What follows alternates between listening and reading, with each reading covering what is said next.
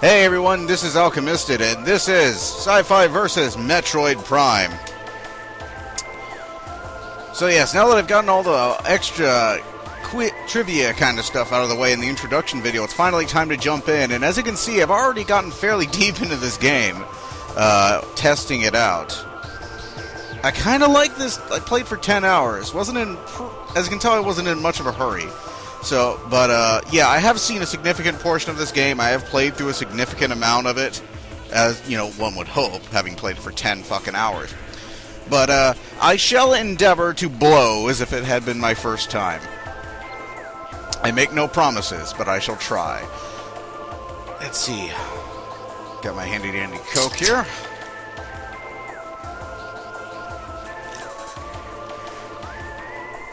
Oh yeah, sweet caffeine. I'm not deleting this save because this is my fun save. This is the save that where I'm just playing the game for kicks. So I'm going to go ahead and start a new game, and I won't be using the Metroid Fusion connection. And what that does is it unlocks the ability to use the fusion suit in Metroid Prime, and perhaps another one. Let's go ahead and check it out. I don't have it connected. I'm just looking. Let's see, and I can play the original Metroid on the Nintendo Gamecube. Why I would do this, I don't quite know, because I have Zero Mission, and maybe it's a little bit of heresy to say, but I consider Zero Mission far superior to the original Metroid. Oh god. I remember having to use graph paper to find out where the fuck I was in the original Metroid. Not fun. But you can unlock this if you have an action replay. You don't need to connect your GBA to it, which is something that was nice back in the day when you could use action replay to unlock that, because god, like how many people actually bought that shit? Actually bought the thing to connect it to their GameCube? How many? Not very. At least not as far as I know. Not many people had that on hand. Even when the GameCube was at the height of its lifespan, which is actually pretty early on. It peaked pretty early, and then it died off for the last couple of years of its lifespan. Like, there was absolutely no third-party support at all. Still a great console, though. I have much more fonder memories of the GameCube than I do of the Wii. Not as many of the N64, though. N64, I had a lot of great games on it. And I really want to get to those, too. Especially I really need to redeem myself with Star Fox. But let's go ahead and jump in. Now, as you saw from the beginning... Oh, options. Now, as you saw from before, this game was developed by the Texas-based Retro Studios. In fact, it was the first Metroid game developed out of house. But not the only one, because there will be much more Prime games. Unidentified distress beacon has been tracked to a derelict space vessel in orbit above Tallon IV.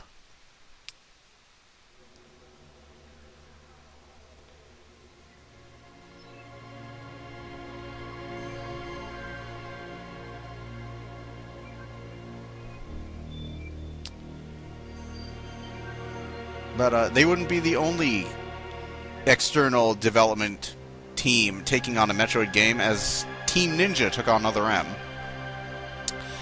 And Retro Studios, Rumble, did a way better job. I have to say, like, Metroid Prime has it all over Other M. This is a really messed up looking spaceship when you really think about it, but we're not going to. We're going to go with it, because the name of this game is Atmosphere.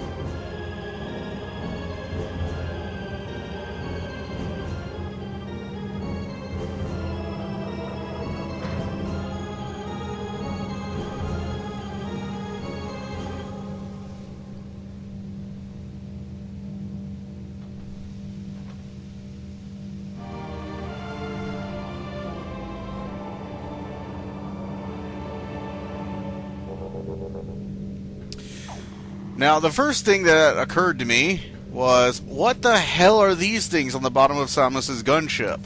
Samus's gunship will get the kind of a half-spherical little anti-grav thrusters that it has in Super Metroid and Metroid 2 in Echoes. But for now, it's got these weird little thruster pack things that kind of look really out of place on it. It also looks significantly different than it does in Super Metroid and Metroid 2. No real explanation. It's the same weird thing that's going on with her gunship in Corruption. It looks completely different. We don't know what the hell happened to the other one. But yeah, just roll with it. So the first thing that happened to me when I started playing this for the first time was I got completely turned around because this game is a shooter, but it doesn't control like a shooter. And there is Tallon IV. We're actually in the same solar system as Zebes right now. Tallon IV is one of the planets in the same solar system. So yeah, we're fairly close to where the original Metroid took place, and this game slots in right after Metroid 1. Right after Metroid 1 and before Metroid 2. Before she goes to exterminate all the Metroids. So yeah, look at this. There's a nice force field here, preventing us from shooting out. Also preventing us from escaping, although it's not over us, though. It's a nice effect.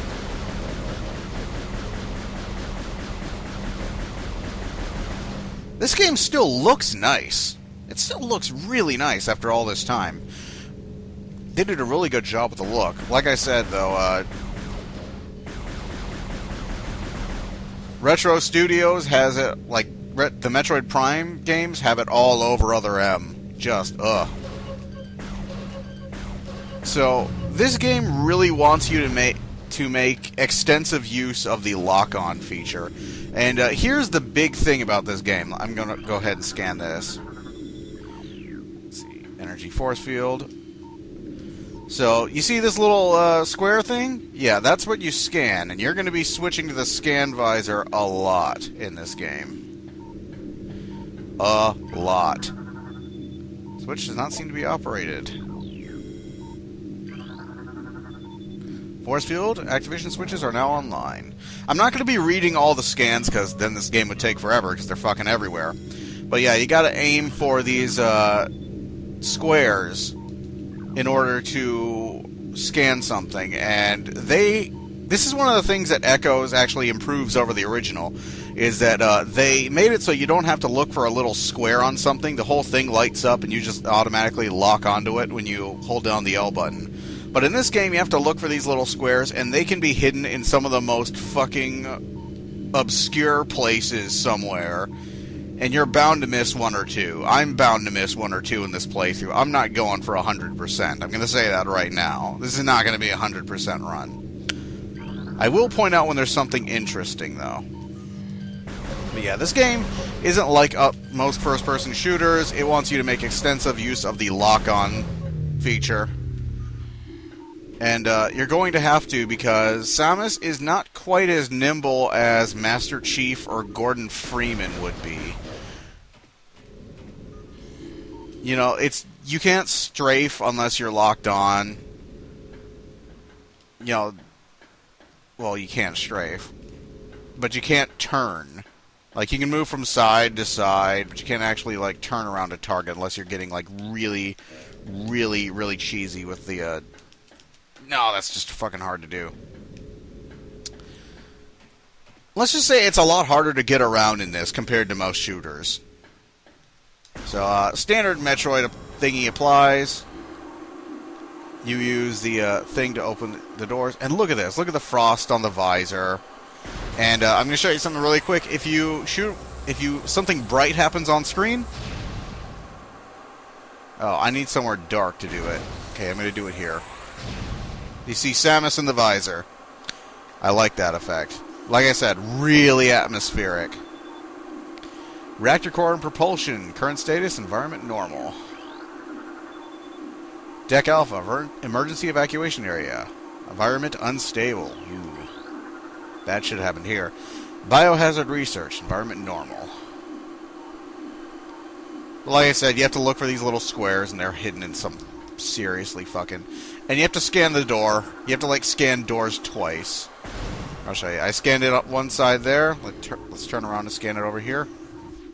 And then you have to scan it again. You see what I mean? You have to be scanning everything constantly if you want to get all the scans, and you're bound to miss a few.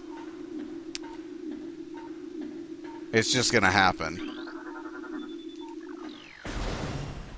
You know, and it takes away from the game, if you ask me, if you're more worried about missing scans than you are about actually playing the fucking thing.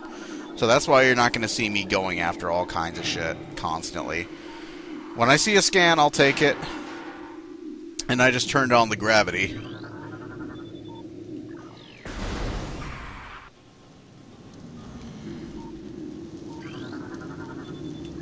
I don't know why I'm scanning that, though.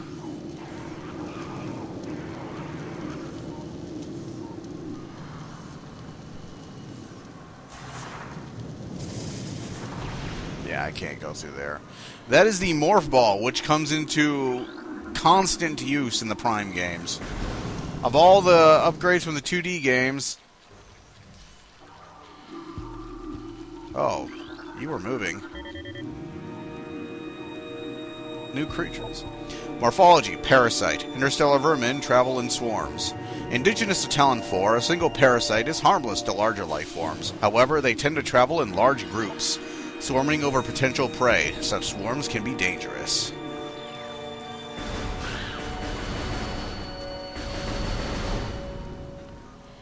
The fuck is that? Morphology unknown. High levels of radiation detected.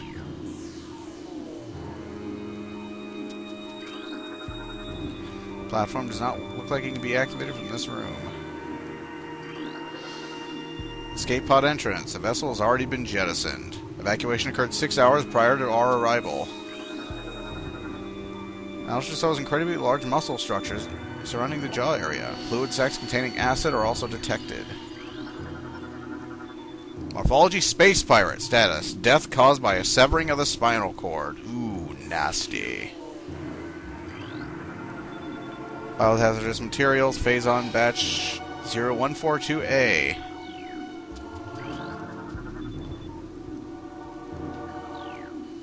Lots of Phazon. They're all heading to Deck Beta. Why am I scanning the doors? So yeah, it's really easy to miss shit. Whoa!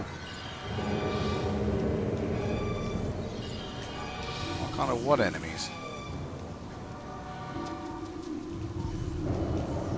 Ooh. Morphology space pirate. Death caused by severe flame damage to exoskeleton. Okay, those are already jettisoned. So the one thing that the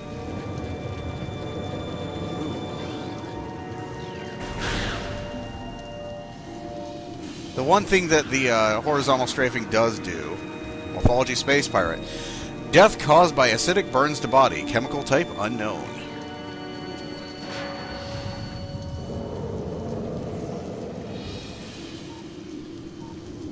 So yeah, I think we can safely say really bad shit has happened on this ship.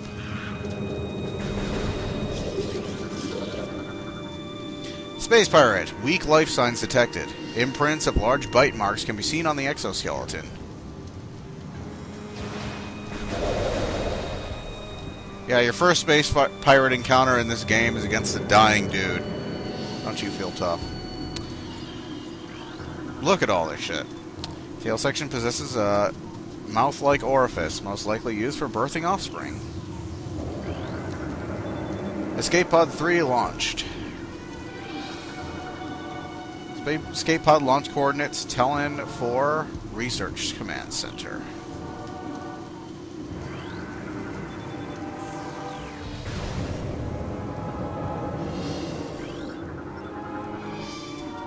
Morphology Space Pirate. Status: death caused by excessive blunt trauma to cranium. Although this debris is obstructing the hallway, it looks like it can be easily removed. Morph Ball Bomb. Oh, wait. There we go.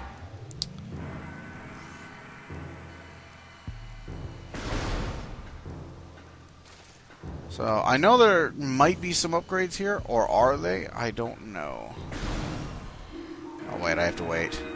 Why am I waiting? Why am I scanning that? It's already started. I'm going scan happy. That happens in this game.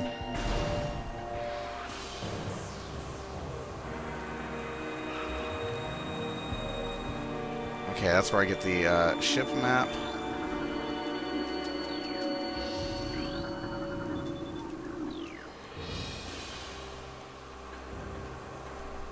That almost looks like a force field or something. Yes, you even have to scan the little passages. Make sure to scan the map before you use it.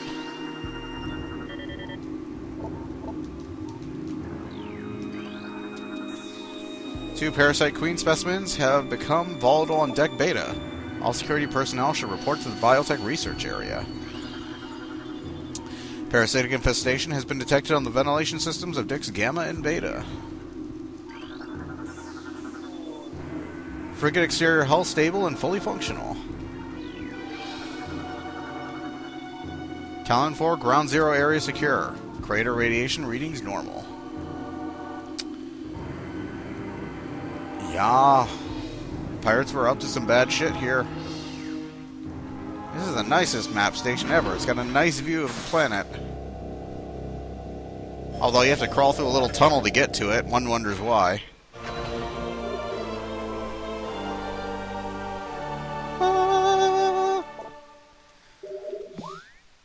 So yeah, now we have the map, which the game will annoy us with, telling us where to go constantly.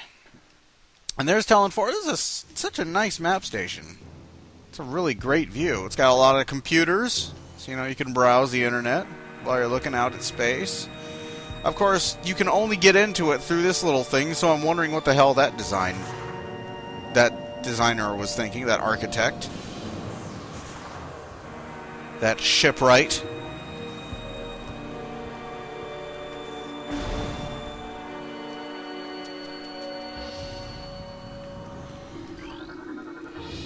Entrance to map facility.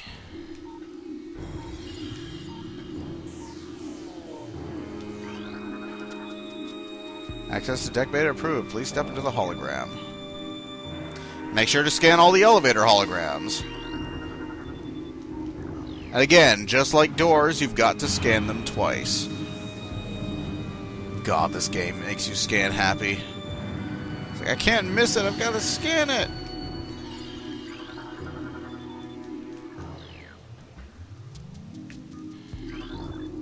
Oh, you don't have to scan it twice, good. Whoa! Specimen containment breach for deck beta. All crew report for lockdown.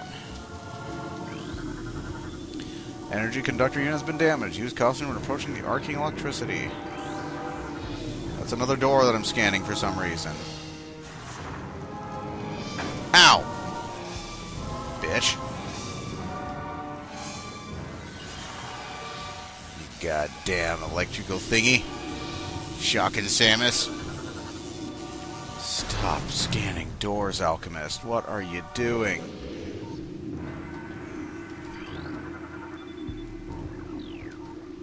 Ah, so much to scan. Specimen Cell C, rejection of phase-on compound detected. Cell A, hibernation, transference of phase-on batch complete. Cell B, unknown, rejection of phase-on compound. So this phase-on stuff is basically... Ooh, I detect a space pirate. Morphology, space pirate. Severe internal damage detected.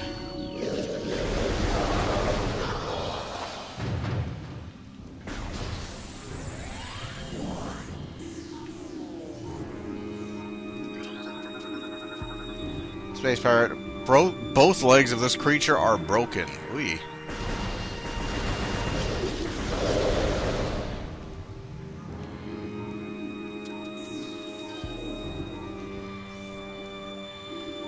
We will be seeing more of this room, but much later in the game.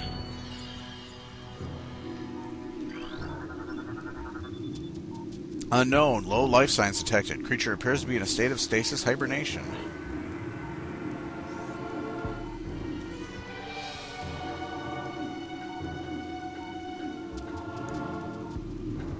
Now, one of the things... Let's see. This door has been sealed to prevent radiation leaks. One of the things that is missing from the final version of the game is a texture image of the Super Metroid on one of these display screens. Parasite egg and pupa stage. Its tough exoskeleton protects it from its mother's acidic embryonic fluid. After mutation, the carapace of the larva becomes rigid. The carapace is quite resilient, able to resist the attacks of many predators. Combat mutation applications are complete. 2 primary legs of the creature possess galvanized tips, allowing it to penetrate any known alloy. Which is bad, because that means it can penetrate our armor.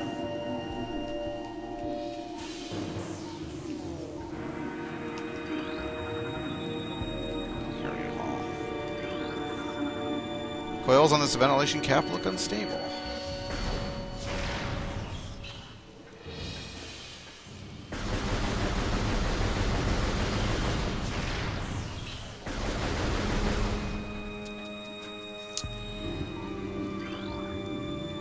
Yeah, we'll be coming in through there, I think, at a later point in the game. Much, much, much later.